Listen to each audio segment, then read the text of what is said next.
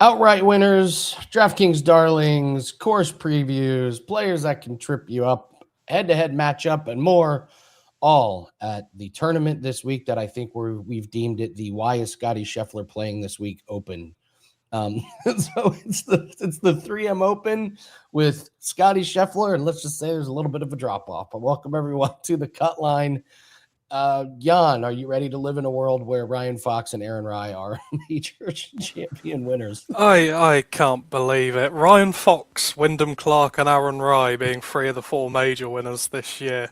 I don't think anyone saw that coming. I'm really happy for Fox. I mean, that is a proper DP World Tour guy. That's really fun, and no one seems to have a bad word to say about him at all. He seems like a really, really good guy, and I do just want to give a little shout out to Ludwig Ober, 6th place. Really good effort. I mean, I think you should keep hating on him like you do with Matt Fitzpatrick, because then they'll just all keep winning. I love it. Oh yeah, Matt Fitzpatrick did awesome for his last week. Thank you very much, Matt Fitzpatrick. We're not going to talk about that. It was awful. It was awful. So, all right, let's break down the 3M Open TPC Twin Cities. But first, we have to go to Tales from the Courtesy Tent. These are the worst shots of the week, and we had a few of them. I almost wanted to put Scottie Scheffler's TIO ball in here because he literally hit it. It wasn't on purpose, but to me, he clearly knew the rule and wasn't even that disappointed that it went over there. I didn't know there were TIO areas. That honestly was the first time that I had heard that. So you got to give an honorable mention to Scottie Scheffler. But Scottie Scheffler on day one, he hit one square off the hosel, went from the right rough to the left rough. He advanced the ball about 10 yards. But the easy winner, and I could not find video of this, but Eric Cole, he had a couple double bogeys. Here was his quote after the round. My tee shot, my right foot completely slipped and I fell down. I hit my tee shot from about here to the end of this tent with a driver about 10 yards, and we never found the ball. Just rolled into a gully, so I had to re-tee it. That was another double bogey. Can you imagine? Yeah, that happens to me quite often, I'll be honest. That's a very me thing to happen. Oh, that's incredible. Lost ball when you hit one 10 yards with a driver. So, yeah, pretty wild. So, Eric Cole, I if anybody got video, let me know. I could not find it. So, all right, let's go to the course preview here. Yann, pretty basic course here, correct? Yes, I think it's a bit of a weird course. You need to be powerful and attack, but you also need to be accurate. Firstly, off the tee, there is a missed fairway penalty here. Small misses are fine, but you do need to be finding fairways repeatedly if you want to compete. You need to be setting up good second shots, because for me on approach, this is where it's at. Approach guys always go well here. I think if you're finding greens, you're in a good spot, and iron guys is where I'd be looking at this week. But where the top guys will separate is how close they get it to the pin on approach. I want attacking iron players and guys that can set up a whole load of birdie opportunities. I think that's what will get you a top 10 finish here. Around the green isn't really a factor for me at all. You should be finding greens here. On the greens, really flat. There's just no surprises here at all. You just got to make them as always. But because it should be easy for most of these guys in the putting department, this just isn't a putting contest. I think all of the work is done off the tee and on approach. Overall, I thought it was the case last week, but I'm certain it's the case this week. The blueprint is just find fairways and find greens. But I don't think it's quite that simple. I think you've got to play well to score really low here. And something I have to talk about, the water. It's why I think this is such an accuracy course. Water is on play on 15 of the 18 holes, with a total of 27 water hazards, which is just insane. You really do need to be avoiding them. This will really trip up a lot of the inaccurate guys. And these bunkers are tough too. I don't think many guys will actually end up in them, but another case for why accuracy is the way to go this week. I think there's a lot of variance in this course. I think you're going to see some weird names at the top of the leaderboard. And thanks to Scottie Scheffler's presence, you're getting an awful lot of value. And as a value bettor, I love attacking these events. So I'm looking forward to this one. Yeah, I don't have a whole lot more to add to that one. I was going to bring up I don't really care about around the green numbers. If you're not hitting greens, like does I don't care how good your up and down game is. This is about making your putts and going a little bit low. Weather is going to be hot up there. There might be some wind in the forecast, but appears like we're going to probably avoid rain. But yeah, it's going to be a scorcher out there. So. All right, we move on to one and done. We're starting to get down to the nitty gritty here, Yann. Who are you going to go with for your one and done this week? I am taking Jackson Suba this week. He's just so well rounded, and I think he gets to play his game here. He's done well at scoring tracks this year, going fourth at the Canadian, sixth at the John Deere, and fourth in the CJ Cup. That's 3 top 6 finishes at scoring tracks since May. There's no holes in any part of his game. He has distance and accuracy. He can putt. He has a decent short game. His irons and wedges play is really solid. However you need to score to contend this week, Suba can do it. I trust him to find every fairway and then just go all-out attack with his irons. He then has the putting to convert a lot of his chances. His putt has been really solid all year. And I think you're getting a decent floor with Suba. Only miscut in his last 7 events was the US Open. And in those 7 events, he's had 5 top 30 finishes. I'm slightly concerned about playing 4 rounds over here last week, but I think that'll be a confidence boost more than anything. This feels like a really good course fit for Suba. I trust him to avoid the water, and he just has so many ways to contend this week. And in betting terms, 50 to 1 outright and plus 200 for a top 20. Really good angles are well worth looking at this week. I'm going to go with a guy that didn't play 4 rounds last week. I'm going to get a guy who ripped my heart out. I'm going to go right back to him. He's off of everyone's radar, and in this one and done format, I got to have a guy that nobody else in here has. I'm going back to Tom Kim. He was awful last week, but he did win at the Scottish Open, and you mentioned approach. Over the last 30 days, he's number 1 in the field at approach, plus 1.47. Putting isn't fantastic, but he's accurate off the tee. His approaches have been fantastic. I don't know what happened to him last week, but this course is not Link style course. So I'll just go back to Tom Kim, who seems to be playing the best golf. I'll just throw last week out the window and hope that he gets back on track. He finished 28th here last year, so he's got a remotely decent finish here. So going with Tom Kim to see if I can make a late season push here in our one and done. So let's go to total strokes gained. I mean, listen, I think we know who's going to be number 1 if we just go to total strokes gained. So this is last 30 days. You're seeing Scheffler, Tom Kim, Jordan Smith, Cam Davis, but that's only 1 tournament. If we back out to last 3 months, obviously Scottie Scheffler is going to be in the Kurt Kitayama.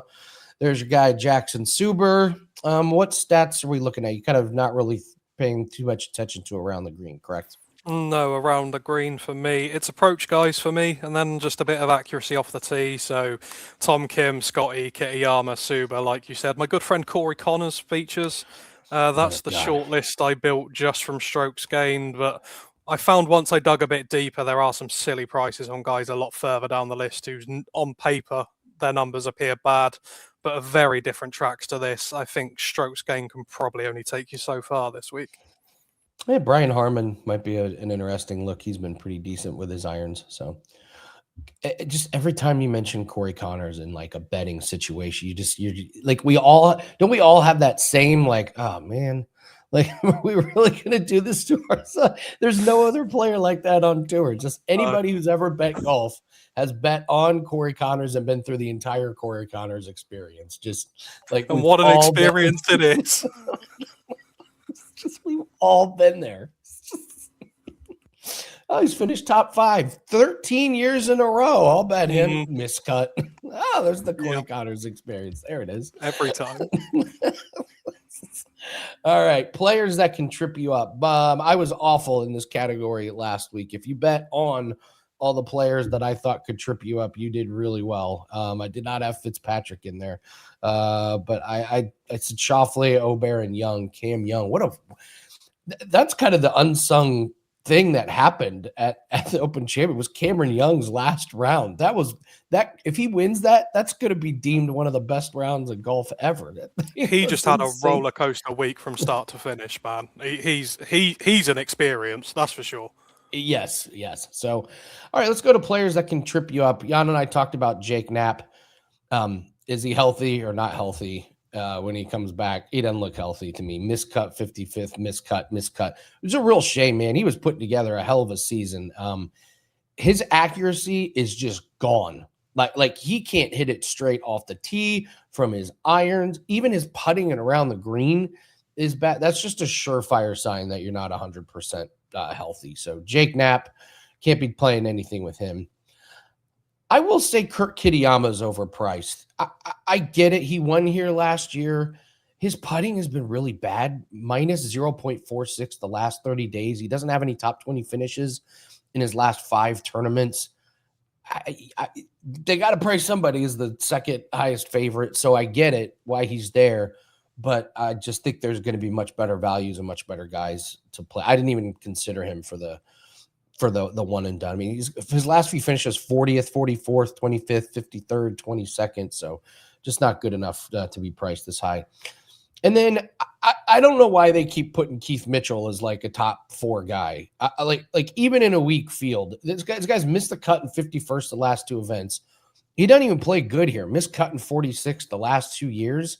He's 9th in total strokes gained the last 3 months. I just like, in what world are you betting on Keith Mitchell when they price him as a top 5 guy? He doesn't do. He's got a couple of them this year, but I mean, he's a great candidate for a top 10 or missed cut, because that guy, nothing would surprise me with him. But betting on him as a top 5 guy, no way. I'm not putting him in DFS either. So Jake Knapp, Kurt Kitayama, and Keith Mitchell are 3 players that I think can trip you up.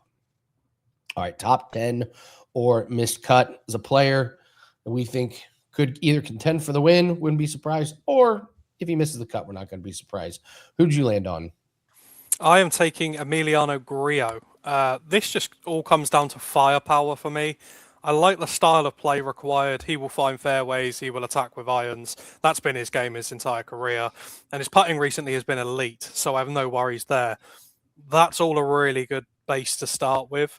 I just wonder whether he has the scoring power anymore. Miscuts at the Phoenix, Amex, and Sony, tracks where you have to score. That tells you where his game can go wrong when he's not firing. He's actually had 7 missed cuts and only 1 top 10 this year, but he has 3 top 10s from 6 starts at this venue. I mean, what are you meant to do with that?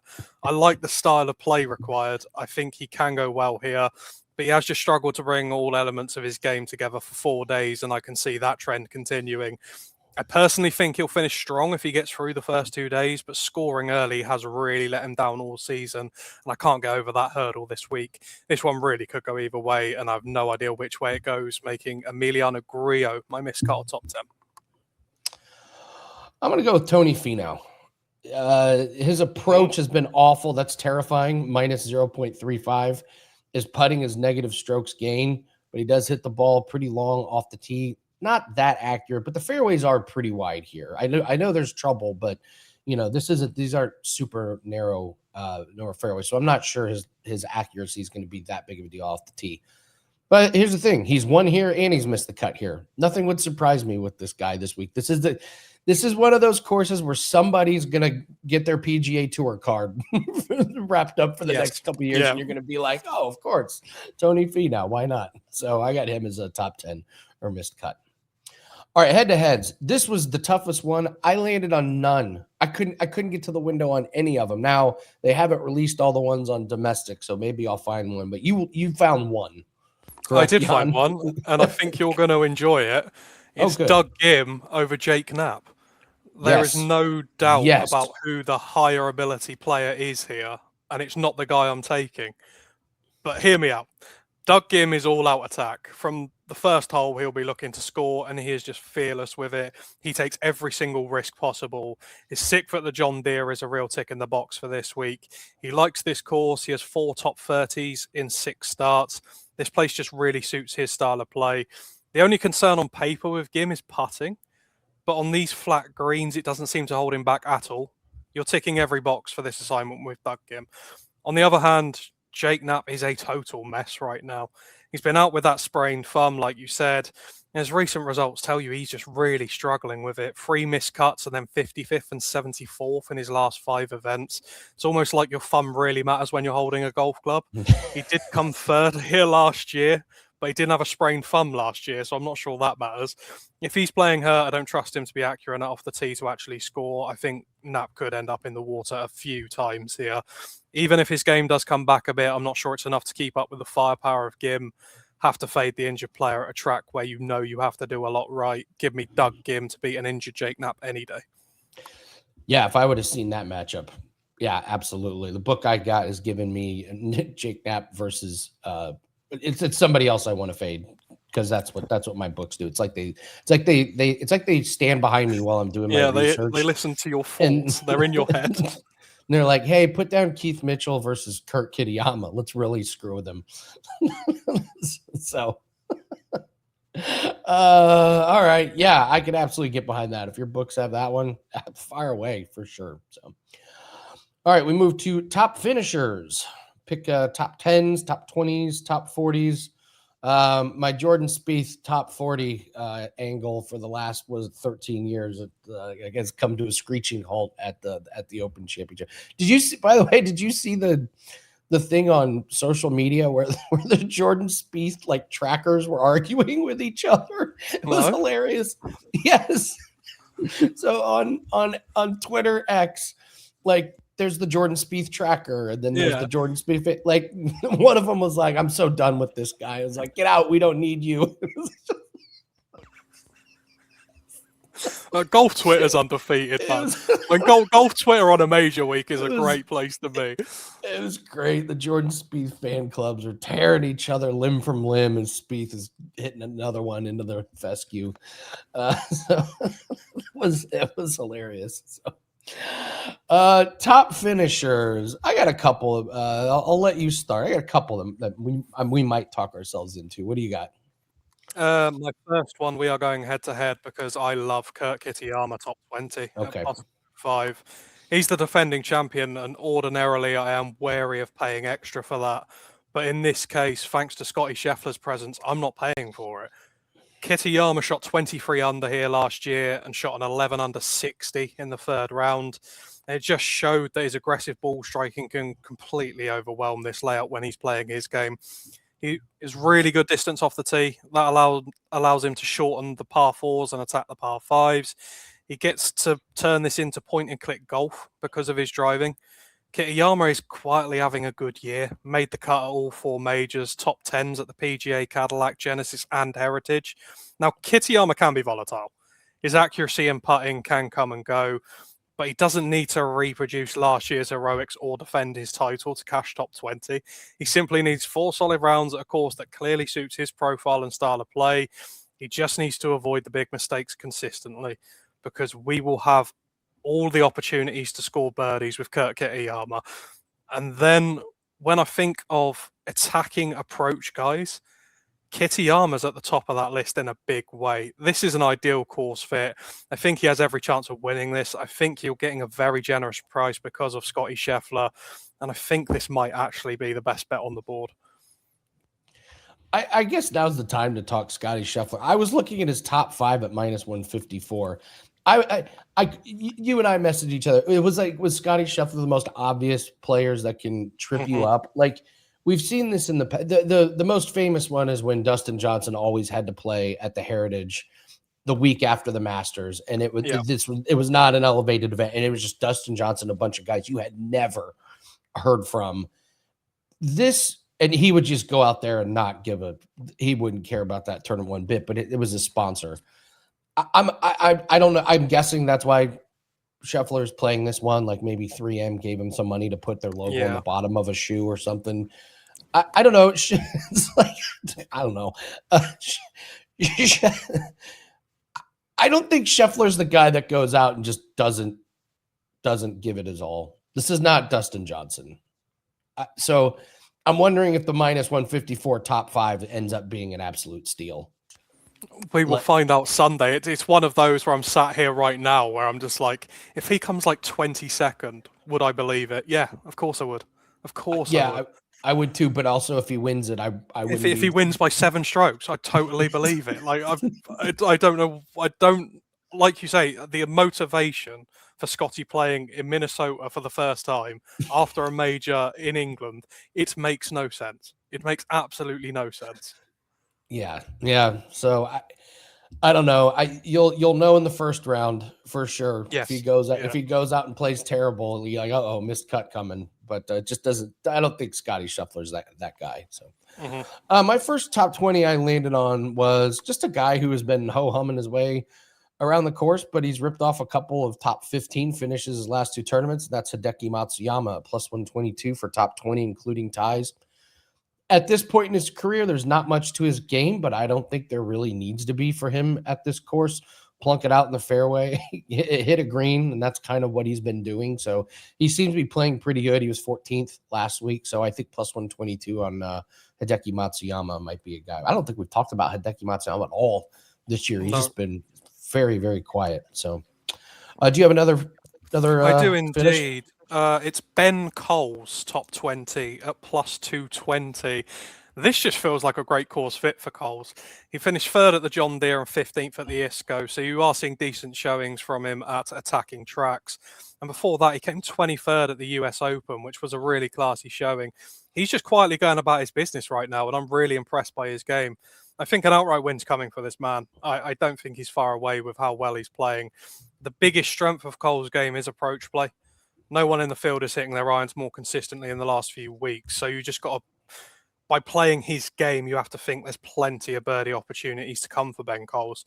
He's one that'll find fairways and just let his irons do the talking. He came 20th here last year, and he's a much better player now. So you've got to think he can improve on that. If he can just make putts, which has been a bit of an issue for him, and he can contend this week.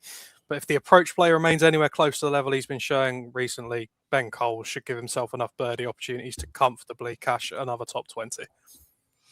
I agree. He'll be coming up in DraftKings Darlings as well. Beautiful.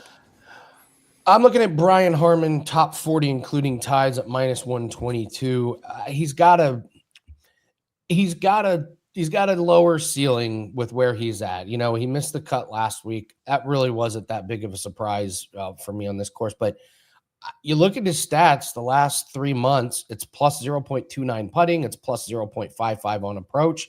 Obviously, he's not that long off the tee, but he is accurate. So kind of like Hideki, put it out in the fairway, put it on the green, make the cut. It's a super weak field.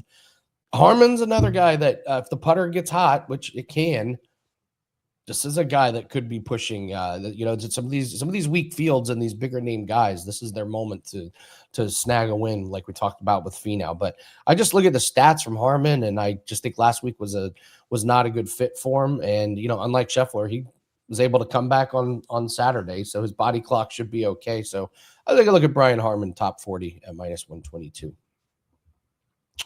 All right, let's go to our outright winner. Who's going to win this week, Yann? Firstly, my outsider, I'm going back to him. It's Andrew Putnam at 140 to 1. I don't understand this price at all.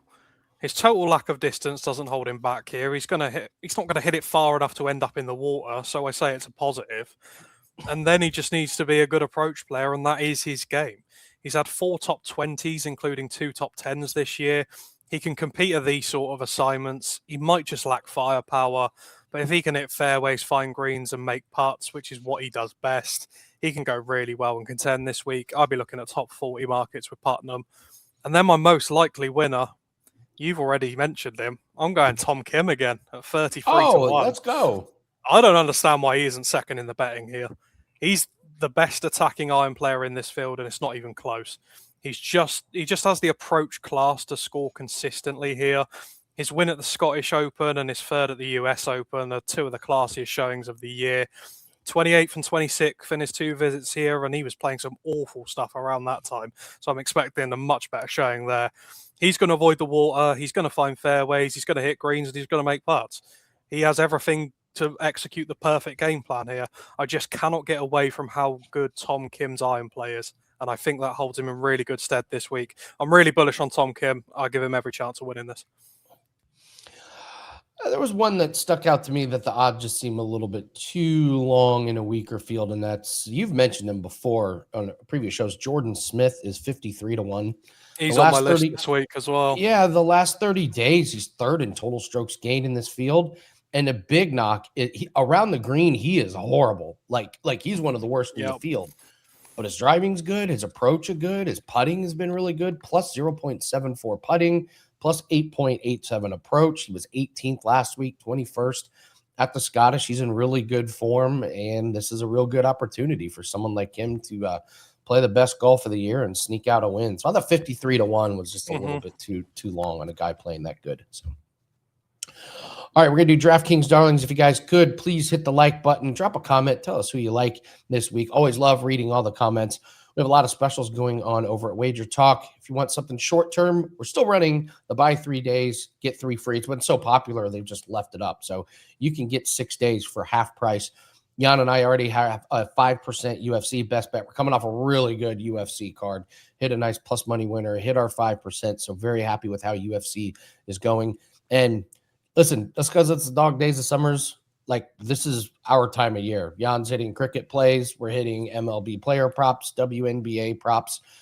This is a really, really good time to take advantage of the books, not paying much attention to these lines. We've got a huge fight weekend this weekend. We got PFL, UFC, bare knuckle. We've got auto racing. We had a really nice win in the IndyCar race on Monday that got rain delayed. So there's a lot of opportunities in the markets, guys. So if you want to partner up, we've got that. We've also got some long-term specials. You can get the special all the way up until kickoff. So you want to lock in the rest of the summer. That's at a discount over at the specials page.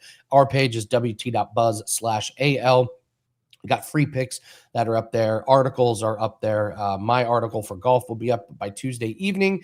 So you just go to wagertalk.com, click on the news section, and you'll see all the articles. We got a lot of good free information there. All right, it's time for DraftKings Darlings. Matthew Fitzpatrick ripped my heart out last week, tanking my lineup. Of all the guys, no, he was not the one I expected. It's taken me all week to recover, man. That was out of nowhere. So, all right, we'll start with Mackenzie Hughes. 10th place and 10th place the last 2 weeks at the Corrales. And is it ISCO or ISCO? I can never remember if you just... ISCO. I think it's ISCO, isn't it? ISCO. We'll go with ISCO. I like when I see these guys who finish good on easy courses with weak fields. Yes, I like that. I like that trend because it just shows Mackenzie Hughes has a lower ceiling, but may not really bother him this week. So I expect Mackenzie Hughes to play good, and he's really underpriced. You're going to love these next two. I got Emiliano Grillo, loves playing here, 20th, 24th, 10th, and 2nd the last 4 years. You already covered him.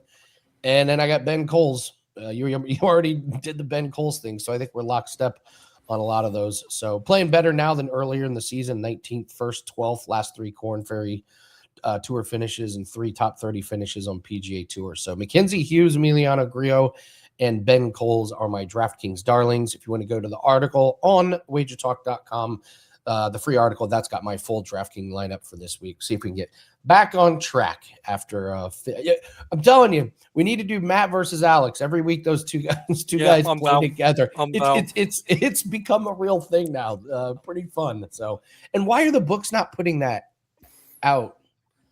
Is that like that's like the most obvious matchup to put out? How can you not put the brothers? They did. How can you not put those guys against each other? Was it the doubles event where they did the Fitzpatricks against the Hogarths in a head-to-head matchup? And I just honestly, that just made my week. That was so funny. I mean, like week to week, they were gonna put Matt as the favorite, but the value's on Alex. I'll take a bit of Alex plus money. That's fine. Yeah, it blows my mind that no book has been like, hey, let's put the brothers up against each other. So, all right, thanks for watching, guys. Good luck on all your bets. We're ramping up for the playoffs as we wind down the season on the cut line. We're going to be back every single week breaking down the tournaments. Good luck on your bets. Grab some of those plays over at Wager Talk. Take advantage of these sales. We don't run these specials all year long. We run a lot of them in the summer just because there's not much going on. So you can really, really stack your bankroll here at this time of year for a really good price. Thanks for joining us. Good luck. And we'll see everyone next week on the cut line.